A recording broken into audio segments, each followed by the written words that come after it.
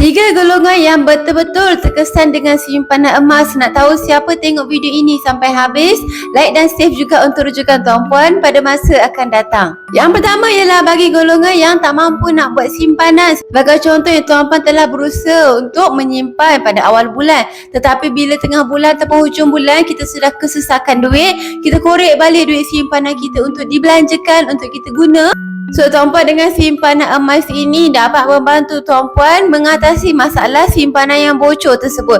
Simpanan emas ini bila kita tambah, bila kita mula simpan, makin lama kita nak buat, makin lama kita nak tambah, makin sayang nak gunakan, sayang nak jual semula. Dan kedua ialah bagi tuan-puan yang hanya ada simpanan dalam bentuk duit fiat. Sebagai contohnya, tuan-puan simpan dalam tabung haji atau tuan-puan simpan dalam bentuk cash sahaja.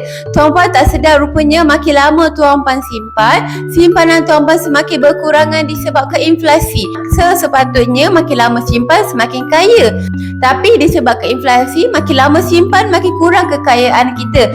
So, cara yang terbaik ialah kita alihkan simpanan kita tu kepada simpanan emas, terutama bagi simpanan yang kita tak guna pun dalam masa 2 tahun dan ke atas. Makin lama simpan, makin meningkat nilai dia, dan simpanan kita juga terlindung daripada inflasi. Yang ketiga ialah bagi tuan-puan yang nak keuntungan yang paling tinggi dalam simpanan, terutama apabila tuan-puan punya simpanan tu simpanan yang jangka masa panjang, sebaiknya simpan dalam emas. Sebab kita boleh tengok kenaikan harga emas ni sangat tinggi, mengatasi dividen dan juga keuntungan daripada simpanan yang lain. So, dengan simpan emas ini dapat merawat masalah simpanan yang bocor.